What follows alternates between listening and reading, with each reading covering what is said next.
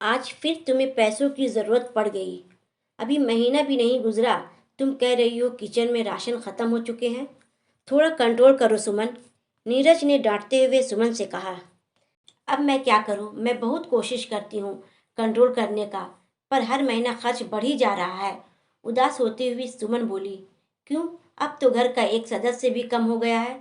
घर का खर्च कम हो जाना चाहिए, लेकिन हाँ, तुमने ही बच्चों को बाहर की चीज़ें खिलाने की आदत लगा दी हो। बच्चों को मैगी खाता देख नीरज ने गुस्से से बोला।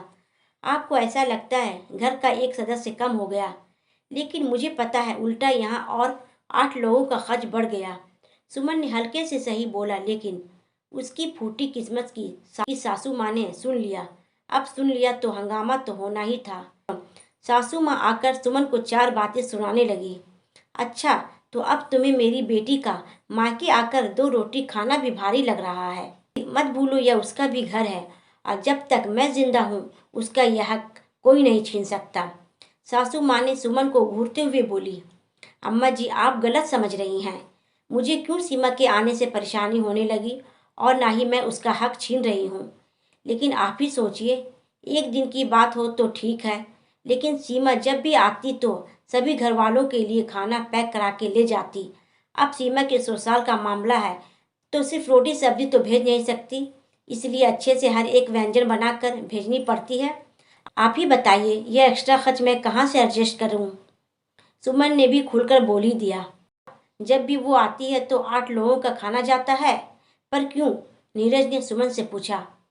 हाँ, जिस दिन सीमा को ससुराल में खाना बनाने की बारी होती है वो उसी दिन आती है। फिर यह कहकर कि घर जाकर उसे अकेले सबके लिए खाना बनाना पड़ेगा, इसलिए यहीं से सबके लिए खाना लेकर जाती है। मैंने अम्मा जी को कई बार इशारे में बताया, ऐसा करने से हमारे घर का बजट गड़बड़ा रहा है, पर अम्मा जी कहाँ सुनने वाली हैं और ना ही समझने वाली हैं। वह तो मुझे ही बुरा भला कहने लगती हैं। और हाँ, बच्चे नूडल्स नहीं खा रहे हैं। रात की रोटी बची हुई थी, उसे पतली पतली काट कर नूडल्स जैसा बनाकर बच्चे को दे दी हूँ। मैं खुद इतना एडजस्ट करती हूँ, मैं फालतू के खर्च क्यों करने लगी भला? मुझे घर के हालात पता नहीं है क्या? सुमन इतना कहकर चुप हो गई। नीरज माँ से कहता है, माँ, आपको पता है ना हमारे घर के हालात कैसे हैं? अभी मैंने सीमा की शादी के लिए कंपनी से लोन लिया था।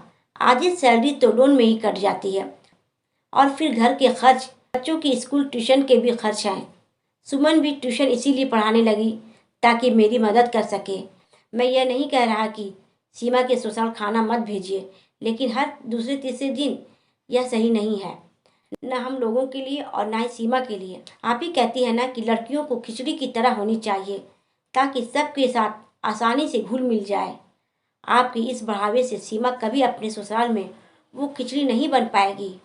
उम्मीद है कि आप मुझे और सुमन को गलत नहीं समझेंगी, और सीमा को भी उसकी जिम्मेदारियों का एहसास कराएंगी। तू सही कह रहा बेटा, बेटी के लाड प्यार में बेटी का ही नुकसान कर रही हूँ। सुमन बहू, अब से घर का खर्च गड़बड़ होने नहीं दूंगी। सासू माँ ने अपनी गलती मानी, बेटी को भी समझा दिया कि अपने घर का बजट बनाना वो भी सीख ले।